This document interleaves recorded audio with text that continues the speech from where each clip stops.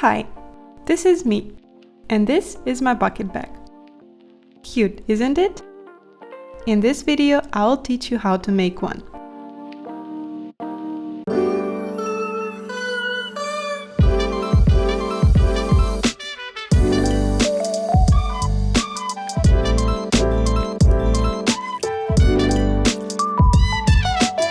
We will start with the bucket. You will need 5 mm braided macrame cotton cord and an 8 mm crochet hook. Here is the scheme of the bucket bottom. If you already know how to crochet a perfect circle, you can jump forward to the next section of this video. First of all, measure roughly 1.5 meters of cord from left to right. We will make a so-called magic ring. The tail that you have just measured should be on the left. Wrap the cord around your fingers like so. Take your hook and insert it under this cross-like shape. Pick the top cord with your hook and pull out a loop. Pick the cord once again and complete the first single crochet. We now have a yarn ring and we will make 5 single crochets around it.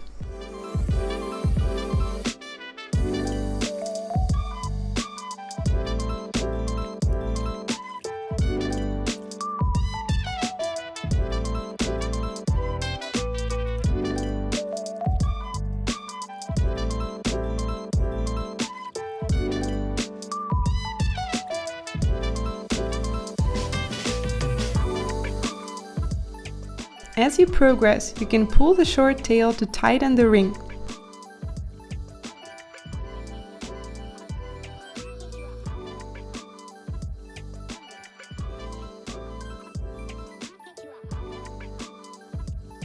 Once you have all 5 crochets, pull the short tail as tight as you can to close this hole in the middle of the ring. Then undo your last crochet by one step. Let go of your working cord and instead complete the crochet with your short tail.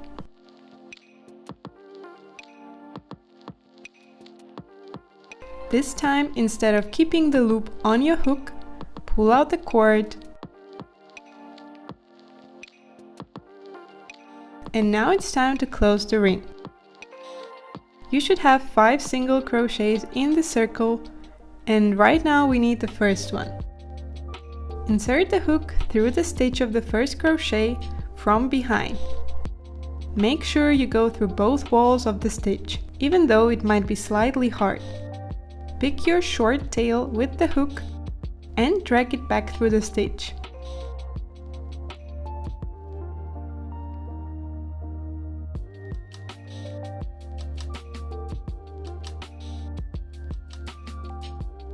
Turn your ring on the other side and find your last crochet in the circle. Notice a little ear under it. Next, insert your hook through this ear and the back wall of your last crochet stitch.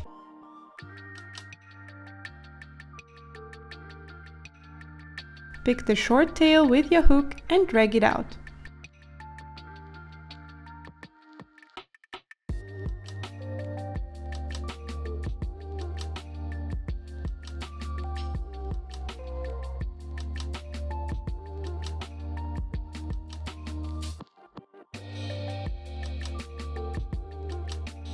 You can now adjust the closing stitch by pulling your working cord and the short end. We now have a nicely closed little pancake and we can move on to the next row. In this row, we will work with stitches formed by crochets in the previous row. Insert your hook forward through the stitch, pick the working cord from underneath and pull it out. Pick the cord once again and complete a single crochet. Now we will make another single crochet into the same stitch. 2 crochets into a same stitch are also referred to as increases. Just like that, we will do an increase into each stitch of this row.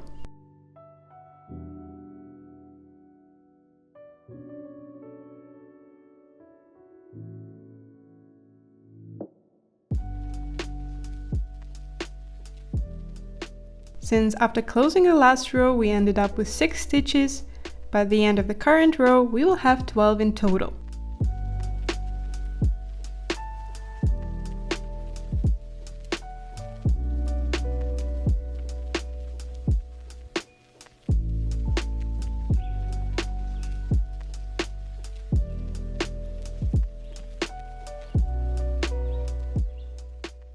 As you can see, we reached the end, as the beginning of this row is significantly elevated. Now I only have 1 stitch left, and like before, I make the first single crochet into it. Then I start making the second one, and once I pull out the first loop, I let go of my working cord, pick the short tail instead, and finish the crochet. Just like in the first row, I pull out the short tail.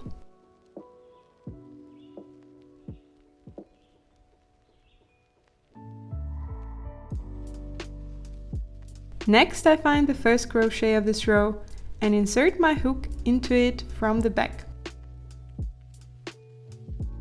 I pick the short tail and pull it through the stitch.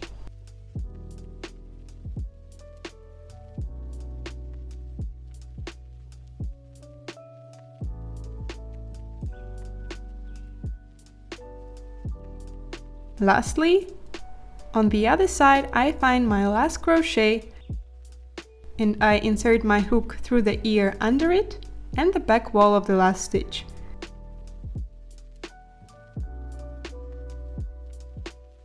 Picking the short tail, I pull it out and adjust the closing stitch.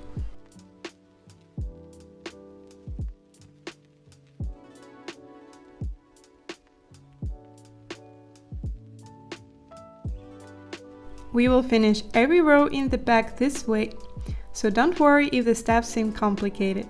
You will get hang of it as you practice. Things will slightly change in the next row. We did crochets into the stitches of the previous row. The next few rows, however, we will do so-called tick crochets.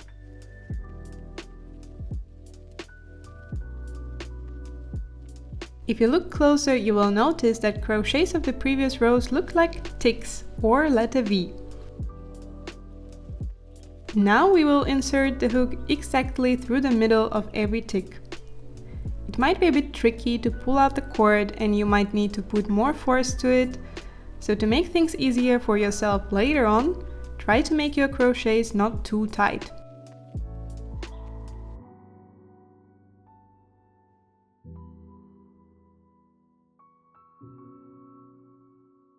We again start this row with an increase. So another crochet into the same tick.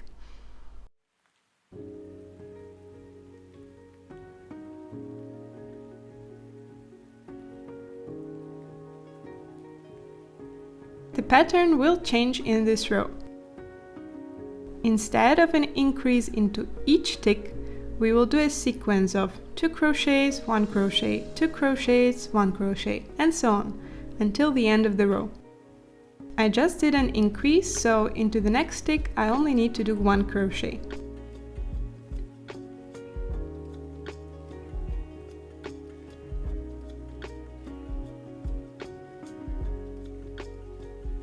Next tick, another increase. Continue this pattern until the end of the row.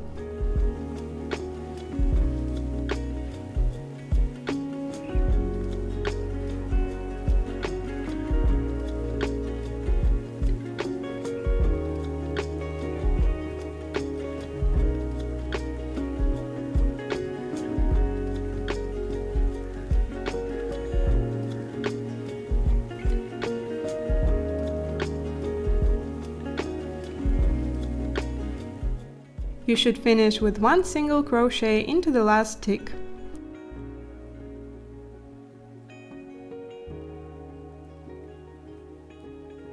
Like always, before completing the crochet, switch to the short tail and create a closing stitch.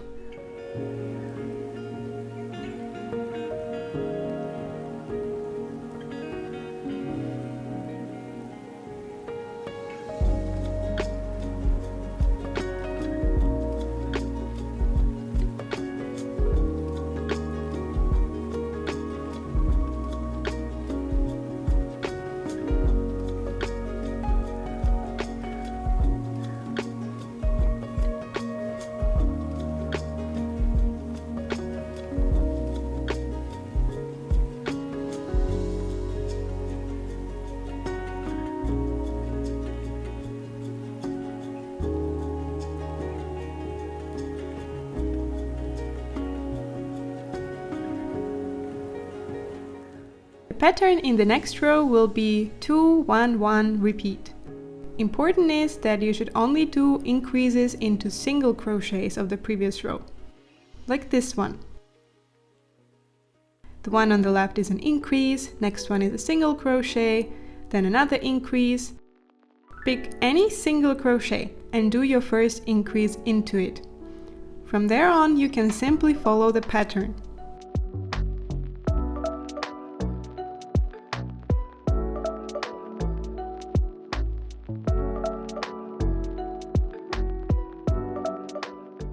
The next 2 stitches came from an increase in the previous row.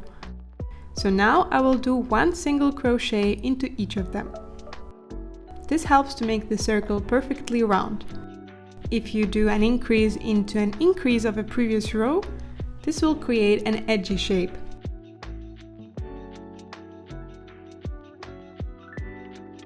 Don't forget to close the ring with the closing stitch. In the next row, once again find a single crochet of the previous row.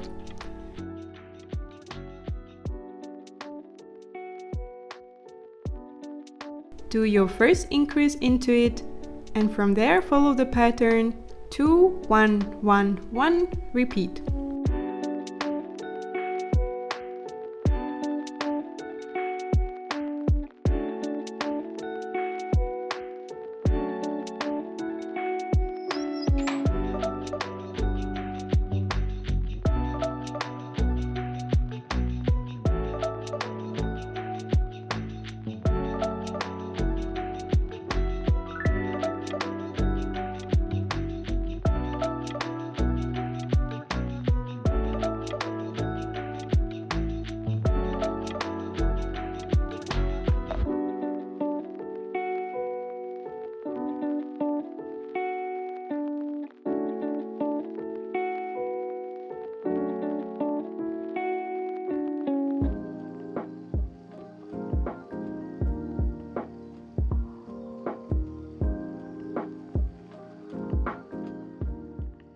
One last row for the bottom of the bucket. Find your single crochet in the previous row, make an increase into it, and follow the pattern 2, 1, 1, 1, 1, repeat.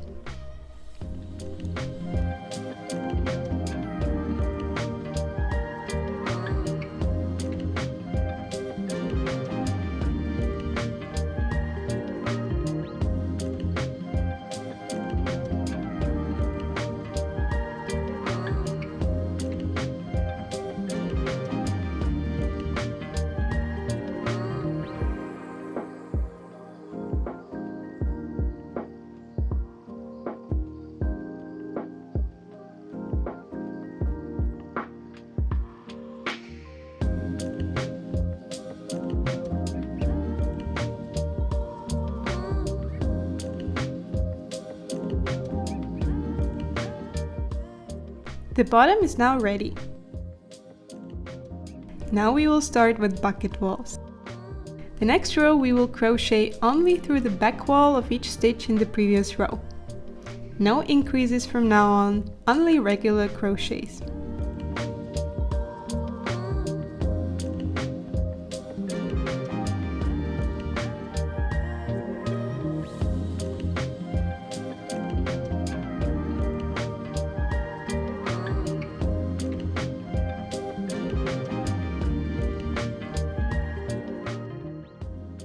The closing stitch always stays the same.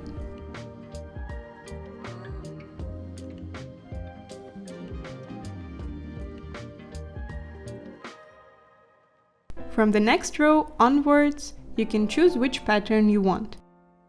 I love the pattern which looks like cross marks, and here is how you reach the look. Instead of picking my working cord in a regular way from beneath, I hook it from the top. The same goes for the second loop, completing the crochet.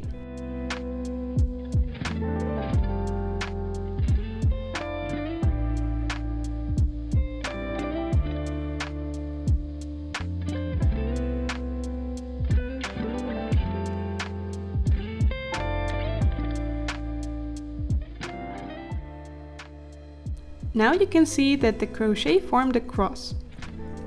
It is a bit harder to extend the loops, but making them loose and airy gives a straighter pattern.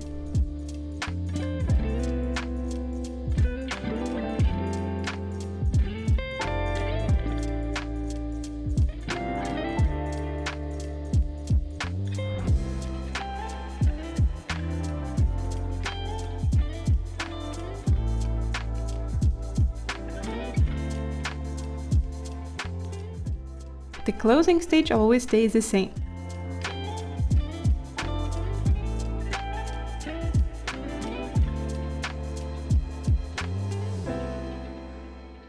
The next few rows will be quite uneventful, as they're all exactly the same.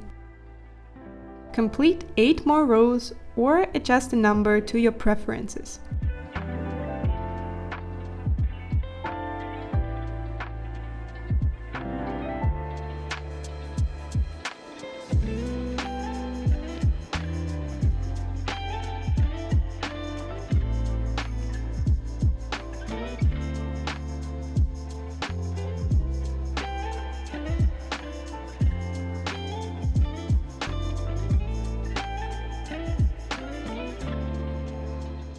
When you're done, you can simply tie your loose cords in a knot. The inner part of the bucket will not be visible, so it can be as messy as you like.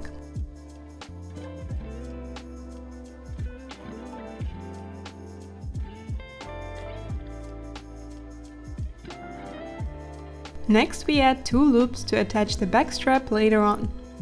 Cut 2 small pieces of cord, either of the same color or any other color of your choice. Fold them in half, sew each loop through the connection point, and sew them onto walls of the bucket opposite from each other. They should be attached quite close to the edge of the bucket.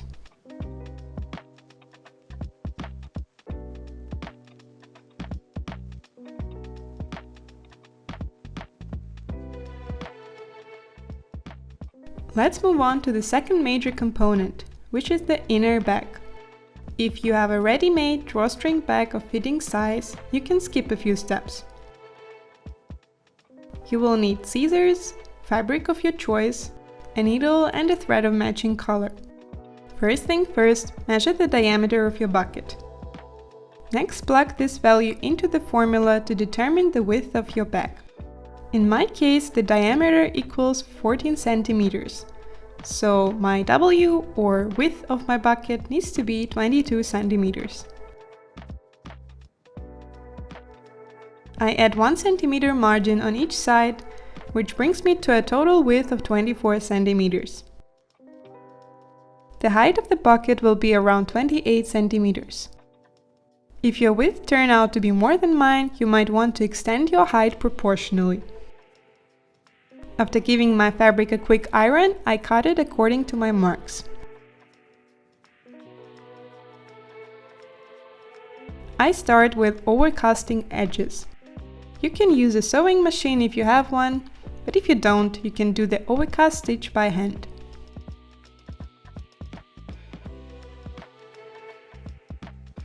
Next, take a measuring cord and draw 8 and 9 centimeter marks from the top. Repeat on the other side. Keeping your margins in head, draw guiding lines for sewing, avoiding the space between 8 and 9 centimeter marks. To sum up, you are going to sew along the lines from the top to the 8 centimeter mark and from the 9 centimeter mark to the bottom.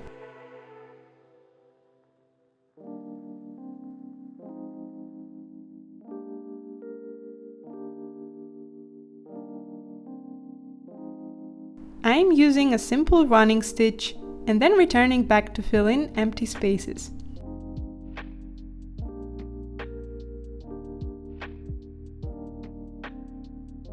Once again, as you see, I skip the part where my holes will be.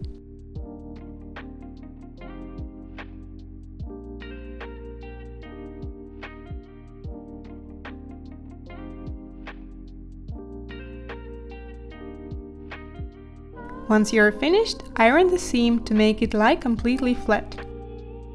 Measure 6 centimeters from the top border and fold your bag in that place.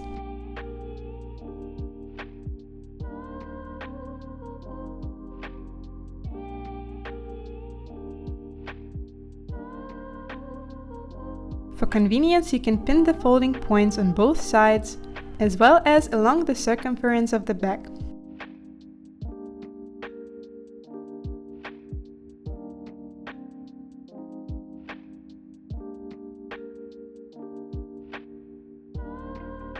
Turn the bag inside out.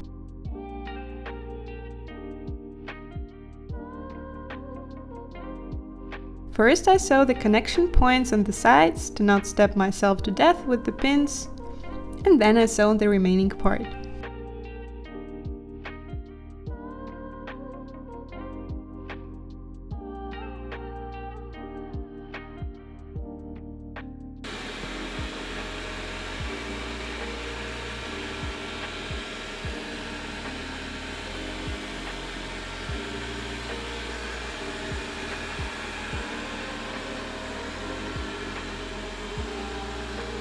It's time to add the string. Cut a piece that is slightly longer than twice the width of your bag. Take a paper clip and tie your string around it. Find your first hole and thread the string around the circumference.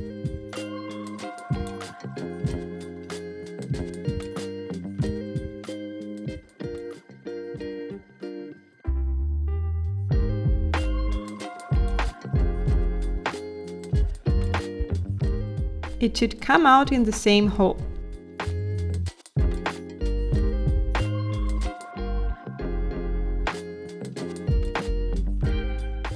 You can decorate it with a bead and tie a knot.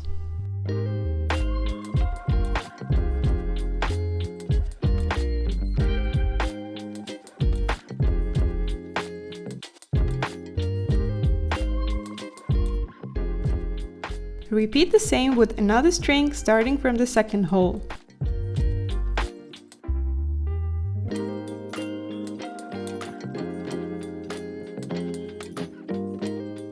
Now you can close your drawstring back. Last step, we need to attach the drawstring back to the bucket.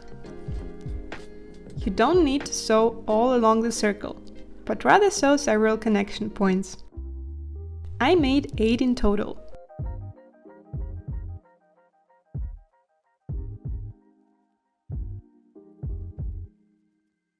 First, I started with 2 seams of the bag, aligning them with loops for backstrap. Each point has just a few stitches. Next, I sewed 2 middle points. Lastly, 4 more points at equal intervals in spaces in between.